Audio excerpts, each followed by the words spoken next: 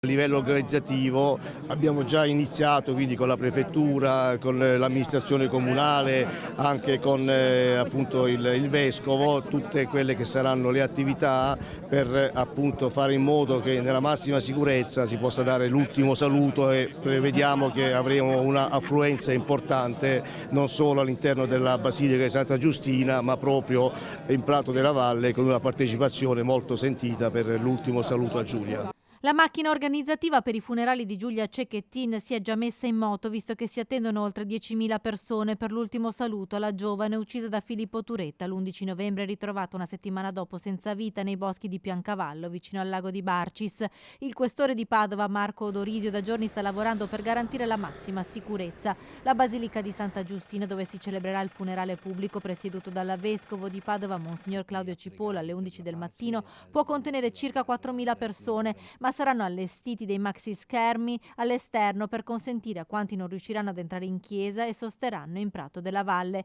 Saranno possibili modifiche al traffico e si valuta la sospensione del servizio del tram nel tragitto di Prato della Valle durante la cerimonia. Al termine della funzione religiosa, che dovrebbe essere proprio martedì 5 dicembre, nel pomeriggio intorno alle 14:30 è previsto un momento di preghiera privato nella chiesa di Saonara, parrocchia a cui la famiglia Cecchettin è legata. Dopodiché Giulia potrà riposare nel cimitero del paese accanto a mamma Monica. Nel giorno delle esequie di Giulia, come annunciato dal presidente Luca Zaia, all'indomani del ritrovamento del corpo della ragazza, sarà lutto regionale.